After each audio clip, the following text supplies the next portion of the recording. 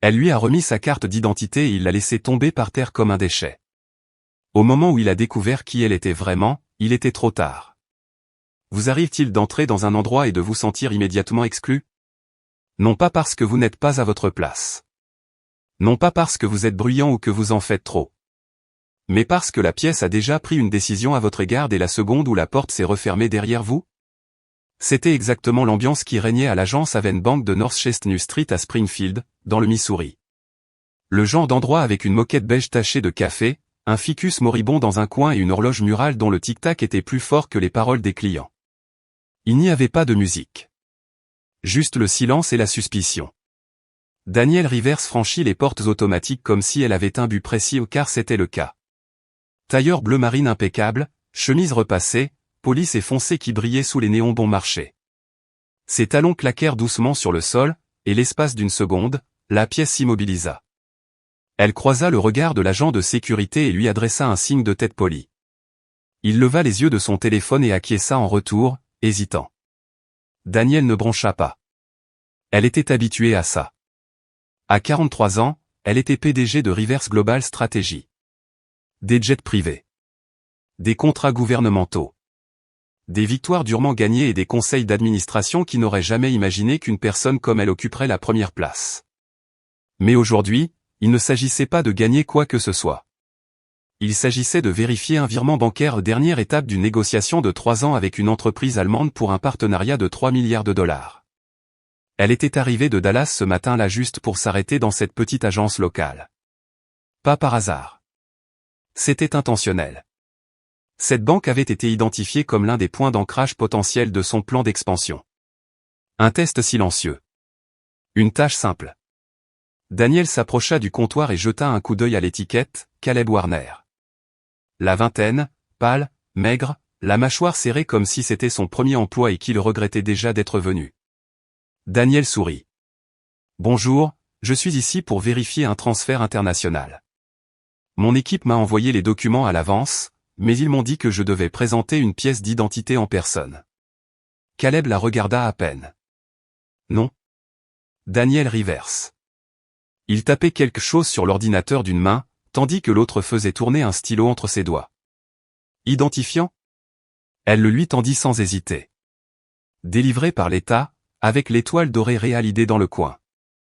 Propre. À jour. Sa photo lui apparaissait comme si elle avait quelque chose à prouver. Caleb le prit. Il marqua une pause. Il leva les yeux vers elle. Puis les baissa de nouveau. Puis les releva. Vous êtes le titulaire du compte? Oui. PDG? Oui. Quelque chose se modifia dans son regard. Pas de la curiosité, mais de la condescendance. De l'incrédulité. Du manque de respect.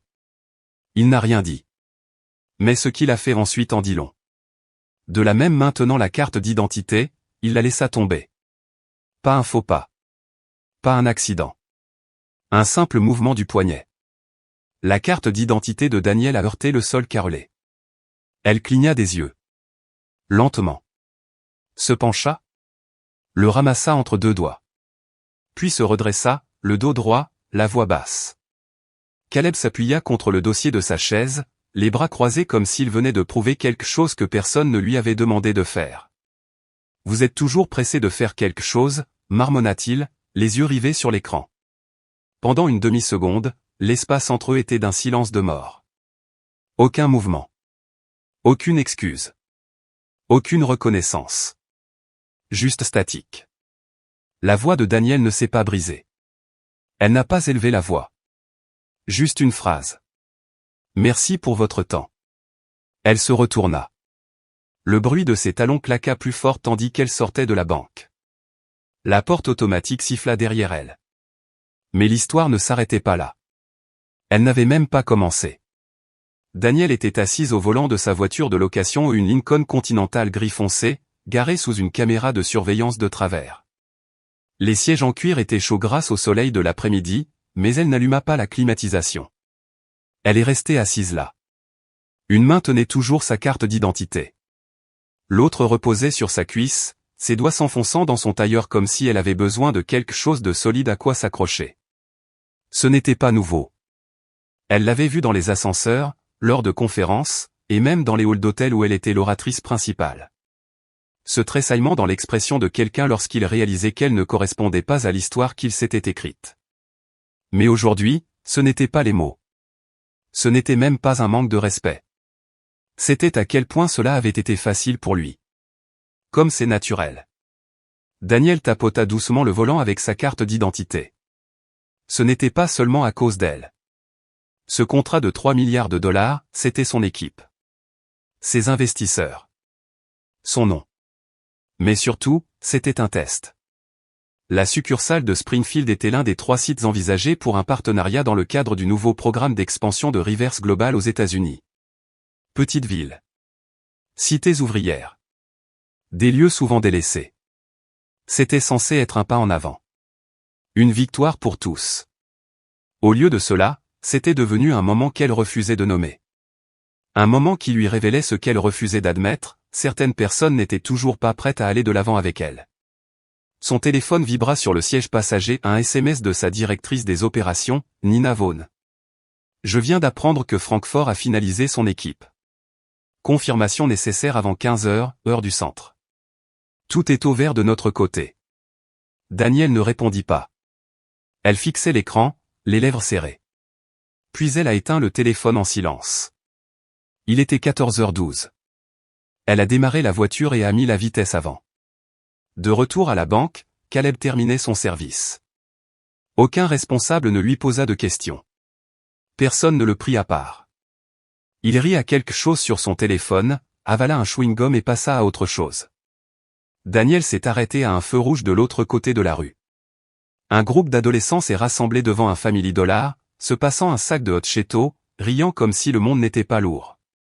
Elle repensa à son premier emploi, serveuse dans un Waffle House à Monroe, en Louisiane. Elle avait 17 ans. Des hommes 2 fois plus âgés qu'elle l'appelaient « Baby Girl » et lui touchaient la main lorsqu'il payait en espèces. Elle n'a pas abandonné. Elle a travaillé plus dur. Elle a tout économisé. Puis vint Southern.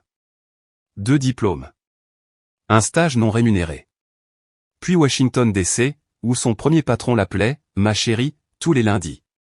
Jusqu'à ce qu'elle le fasse virer. Tout ce qu'elle avait, elle l'avait gagné. 2 fois. Donc non, Caleb Warner n'était pas nouveau. Il était le reflet du système. Un autre gardien avec un nom facile à lire et une pleine conscience de lui-même. Mais cela ne rendait pas la piqûre moins réelle. Daniel serra le volant. Elle repensa à ce moment-là, il l'avait regardé droit dans les yeux, puis avait balancé son identité par terre comme si elle ne signifiait rien. Ce n'est pas une erreur. Un message. Et à ce moment-là, Daniel a pris une décision. Pas par rage. Ni même par douleur. Mais par lucidité. Elle fouilla dans son sac et en sortit son téléphone secondaire, celui dont seule sa planche avait le numéro.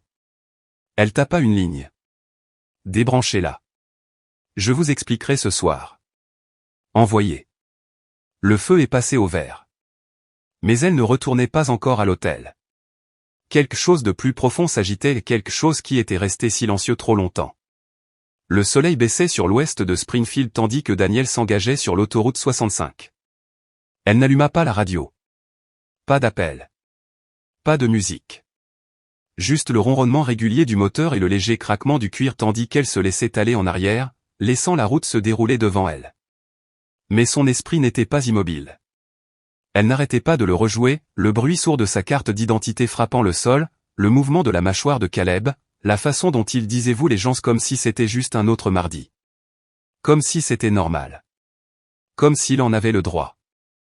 Mais ce qui m'a le plus frappé, c'est le calme avec lequel elle a réagi. Elle n'a pas crié. Elle n'a pas élevé la voix. Parce que si elle l'avait fait, que serait-il arrivé? La police a été appelée. Histoire tordue. Femme noire en colère. Agressif. Combatif. Peu coopératif. Ils avaient 1 million de mots pour son silence. 1 million de plus pour sa force. Daniel laissa échapper un rire discret, amer, celui qui surgit quand la seule autre option est de pleurer. Et elle en avait assez. Elle passa devant un vieux panneau publicitaire d'un restaurant de barbecue local et sa poitrine se serra de manière inattendue. Cela lui rappelait son père. Il avait l'habitude de dire. Ne le laisse pas te faire tomber par terre, Danny. Tu ne dois rien planter là. Il est mort quand elle avait 25 ans.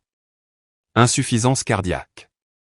Il ne l'a jamais vu signer son premier contrat fédéral.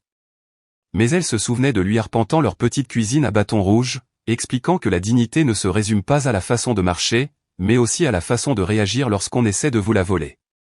Elle vivait cette leçon maintenant. Mais quand même, ça faisait mal. Et qu'est-ce qui a aggravé la situation? Le silence qui suivrait. Parce qu'elle savait déjà comment cela se passerait. Si elle a dit quelque chose, une déclaration de la banque. Une enquête interne. Peut-être même de vagues excuses à toute personne concernée. Et Caleb? Transféré. Peut-être promu. Ou simplement oublié. Et elle? Il la qualifierait de controversée. Une distraction. Ou pire, dites qu'elle l'a inventée. Elle était déjà venue ici. Je n'ai jamais été aussi près du bord. Elle tendit la main et baissa la vitre, laissant le vent lui frapper le visage. Elle avait besoin d'air froid. J'avais besoin de ressentir quelque chose de vif, de réel, parce que c'était ça, maintenant. Réel. Il ne s'agit pas seulement d'un virement bancaire.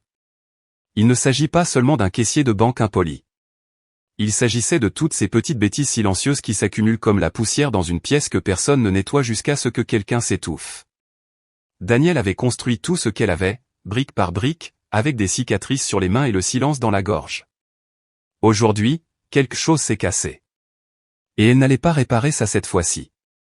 Alors que la route tournait vers le Marriott sur Sunshine Street, son hôtel pour la nuit, elle ralentit.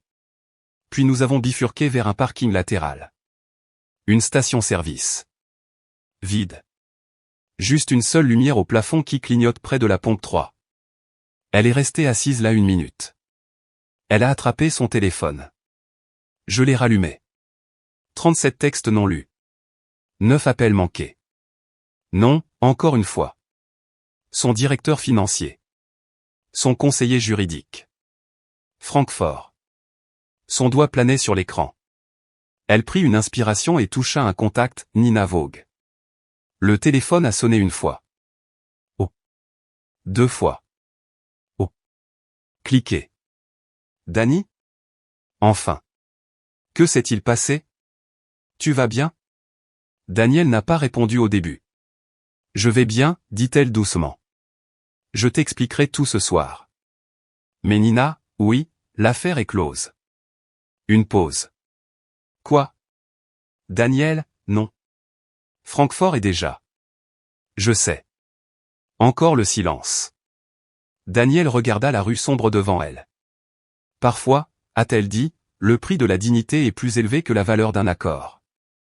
Mais cela en vaut toujours la peine. Non, je n'ai pas discuté. Cela a tout dit à Danielle. Mais les conversations les plus difficiles étaient encore à venir. Et ils ne seraient pas tous aussi silencieux.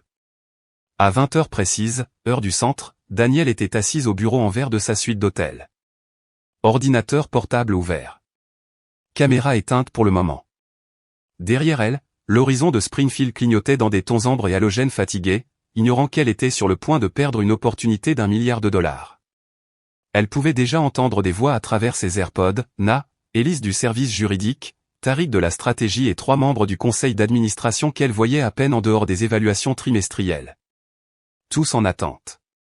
Elle a allumé sa caméra. Son visage est apparu sur leurs écrans, net, calme, illisible. Bonsoir à tous, dit-elle. Na prit la parole en premier. Danny, ça va? Je vais bien.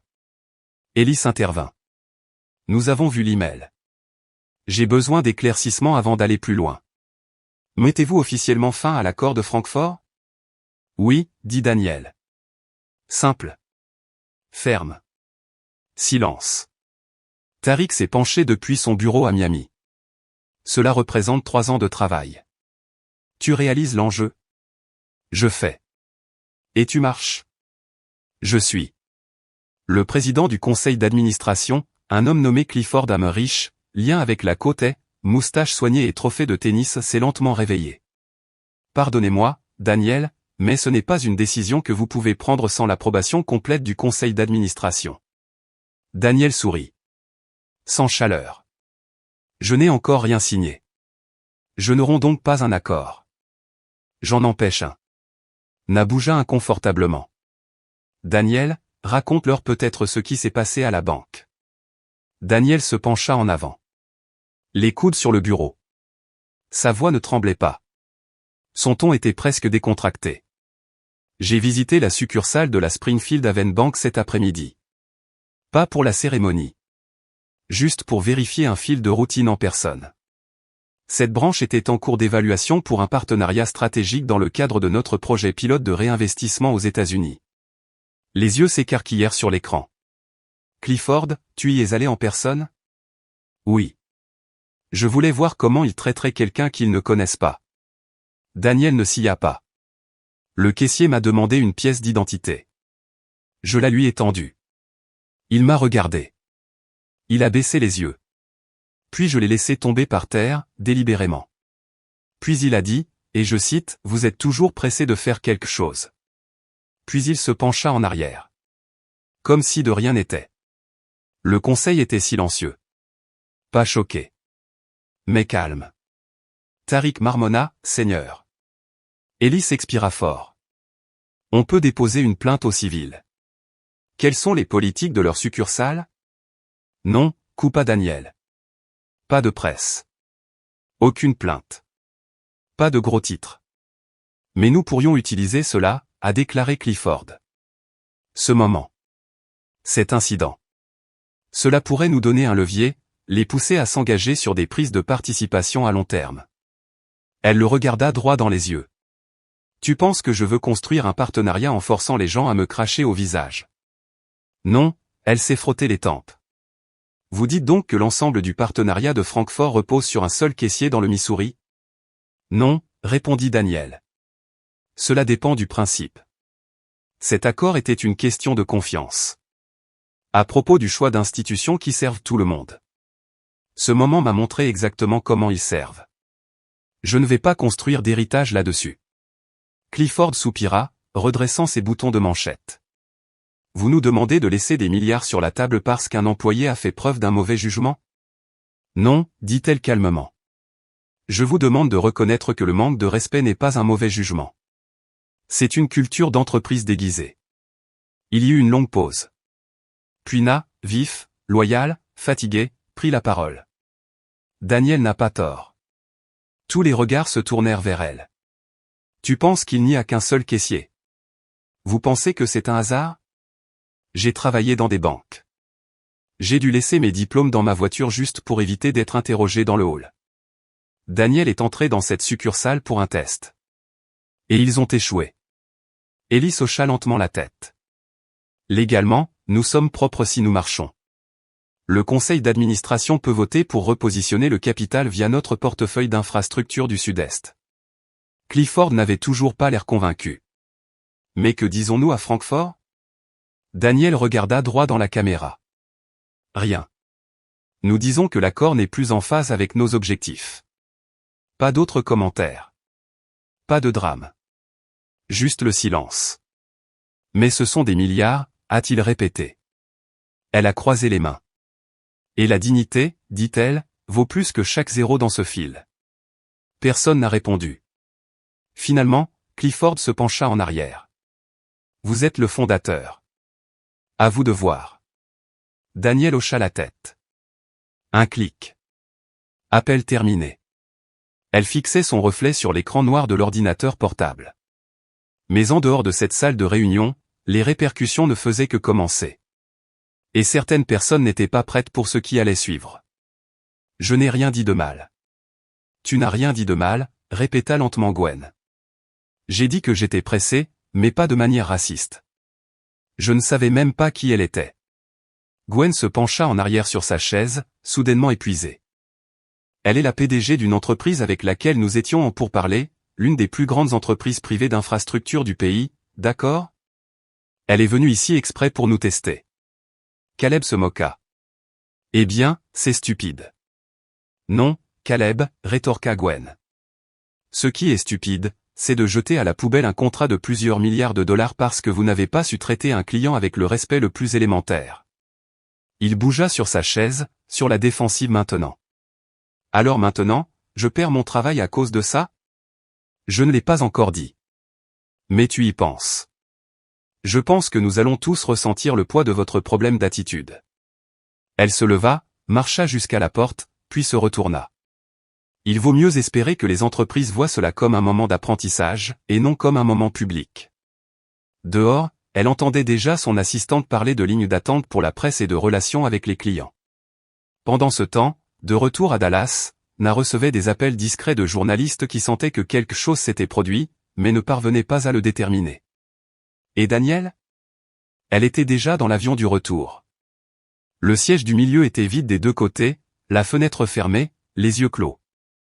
Non pas parce qu'elle était fatiguée, mais parce qu'il n'y avait plus rien à expliquer. Le message avait été envoyé silencieusement, avec force. Et les gens qui avaient besoin de comprendre? Ils commençaient à le sentir. Vendredi après-midi, la division régionale de Havenbank avait lancé une initiative de diversité et d'inclusion, avec des graphiques de presse et un nouveau programme de formation que personne n'avait demandé. Caleb? Suspendu, mais pas renvoyé. Juste mis de côté. Intérieur. Calme. Sûr. Pendant ce temps, Rivers Global a redirigé le capital vers des banques communautaires plus petites à travers l'Alabama, le Mississippi et l'Ohio. Des institutions qui n'ont pas fait beaucoup parler d'elles en matière de relations publiques, mais qui avaient un dossier impeccable, de solides liens locaux et une expérience avérée consistant à voir leurs clients avant de les juger. Pas de communiqué de presse. Aucune annonce. Juste de l'action. Et ceux qui regardaient attentivement? Ils l'ont remarqué. Mais pour ceux qui essayaient encore de le dissimuler, le silence commençait à crier. Cela faisait 4 jours depuis la visite à Springfield. Daniel n'avait pas dit un mot en public. Pas de tweet.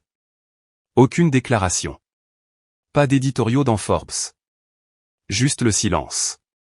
Mais cela ne signifiait pas que le monde autour d'elle restait immobile. Son téléphone vibrait toutes les heures, parfois toutes les quelques minutes. Appels manqués de journalistes, de banques, de deux maires et d'au moins un membre du Congrès essayant de comprendre la nature de la situation. Et maintenant ça. Un appel de dernière minute de Maurice Alustin, vice-président exécutif au siège national de Havenbank à Cincinnati. L'homme était poli, expérimenté, un maître du nettoyage d'entreprise. Daniel a répondu à la deuxième sonnerie. Mademoiselle Rivers, merci d'avoir pris le temps de nous rencontrer. Je ne l'ai pas fait. Une pause. Il laissa échapper un léger rire, le genre de rire destiné à briser la tension sans jamais l'aborder. Je comprends que les choses ne se sont pas déroulées comme prévu lors de votre visite dans notre succursale de Springfield. Ils se sont déroulés exactement comme je l'espérais. Il s'est éclairci la gorge. Je tiens à présenter mes excuses personnelles. Cet incident ne reflète pas les valeurs de Havenbank, et nous avons lancé un examen complet du dossier de M. Initialisé. Elle l'interrompit. Sa voix est calme mais froide. S'il vous plaît, ne me lisez pas la feuille de politique. Je vous assure que ce n'est pas un scénario. Est-ce ce que vous avez dit à votre équipe de diversité avant de leur donner un nouveau logo? Un autre silence. J'espérais, a-t-il dit, que nous pourrions revoir les termes de votre initiative d'investissement. Nous sommes prêts à offrir des garanties avantageuses, une intégration communautaire, et même une influence directe sur la supervision de la culture des succursales. Discrètement. Daniel haussa un sourcil. Vous m'offrez de l'argent pour me faire taire, déguisé en opportunité. Il a changé de ton.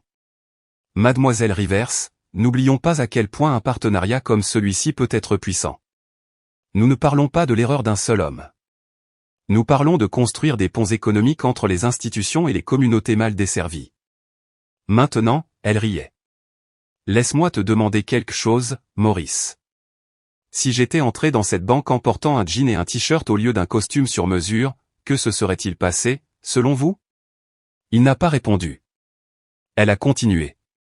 Vous pensez que votre caissier vous aurait rendu ma carte d'identité avec les 2 mains et un sourire? Tu crois qu'il m'aurait proposé un café? Ou peut-être m'a-t-on demandé si j'avais besoin d'aide pour comprendre le formulaire? Sa voix s'est aiguisée. Parce que s'il traite le PDG d'une entreprise de 4 milliards de dollars comme ça, comment pensez-vous qu'il traite quelqu'un qui reçoit des bons d'alimentation et qui essaie d'ouvrir son premier compte courant? Maurice soupira. Je ne peux pas défaire ce qui s'est passé, mademoiselle Rivers. Mais je peux faire en sorte que cela ne se reproduise plus jamais. Non, tu ne peux pas, dit-elle catégoriquement. Parce que vous essayez de réparer une fuite sans réparer le tuyau. Alors que suggéreriez-vous? Danielle s'est assise. Laissez le silence s'installer une seconde. Vous n'avez pas besoin d'une nouvelle déclaration. Vous avez besoin d'une nouvelle culture. Une méthode qui ne se contente pas de former les employés sur ce qu'il ne faut pas dire. Mais sur ce qu'ils croient déjà, et pourquoi. Et pendant ce temps-là? En attendant, je déplace mon capital ailleurs. Nous pouvons garder cela hors de la presse. Je suis sûr que tu peux. Et si on le reconnaissait publiquement? Daniel n'a pas hésité. Je ne reviendrai toujours pas. Il soupira à nouveau, plus lentement cette fois. Le jeu était terminé. Y a-t-il quelque chose que nous puissions faire pour réparer la relation? Vous auriez pu commencer par décrocher le téléphone le jour même où cela s'est produit. Pas après que votre équipe juridique ait construit un fossé. Point pris. Encore une chose, Maurice. Oui. Caleb Warner. Oui. Tu ne vas pas le virer. Je le sais. C'est ton choix. Et vous ne croyez pas aux secondes chances. Elle a pris un battement. Je crois en la responsabilité. Et je crois que les secondes chances ne signifient pas éviter la première conséquence. Elle a mis fin à l'appel. Aucune menace. Pas de presse. Juste des faits. Et les faits, lorsqu'ils sont exprimés avec clarté, ont leur propre poids. Mais Daniel savait que ce poids ne lui appartenait plus. C'était la différence. Springfield a continué à avancer ou à essayer de le faire. La banque est restée ouverte. Le ficus près de la fenêtre continuait de mourir lentement. De nouveaux clients allaient et venaient, ignorant l'affaire qui aurait pu changer la ville. Pas de gros titres. Pas de scandale. Pas d'histoire à la une. Mais dans les bonnes pièces, les gens l'ont remarqué. Francfort a appelé 2 fois, puis s'est arrêté. Les investisseurs chuchotaient dans les couloirs. Les entreprises concurrentes ont tenté de combler le vide laissé par Rivers Global. Mais le ton avait changé. Le pouvoir avait quitté la pièce. Et personne ne savait comment en parler. Danielle, quant à elle, était de retour à Dallas. Elle n'a pas siégé au comité. N'a pas accepté d'interview. Elle travaillait tranquillement. Nous avons transféré des capitaux vers des endroits qui n'avaient pas besoin de formation pour agir humainement. Banque rurale financée à Jackson, Mississippi. Signature d'accord de microcrédit avec la coopérative de crédit de Canton, dans l'Ohio. Pas de caméra. Pas de coupure de ruban. Juste une réaffectation. Parce que c'est à cela que ressemble vraiment le pouvoir. Pas toujours fort. C'est juste délibéré. Un après-midi, environ 3 semaines après l'incident de Springfield, Daniel a reçu une enveloppe par la poste. Aucune adresse de retour. Cachet de la poste de Springfield. À l'intérieur se trouvait une courte lettre manuscrite. L'écriture était grossière. Madame Rivers. J'ai entendu ce qui s'est passé. Je suis caissier dans une autre succursale. On ne nous a pas dit grand-chose, mais nous savons que l'affaire est annulée. Je ne te blâme pas. Je veux juste que tu saches que nous ne sommes pas tous comme lui. Certains d'entre nous regardaient. Certains d'entre nous ont appris quelque chose. Kilowatt.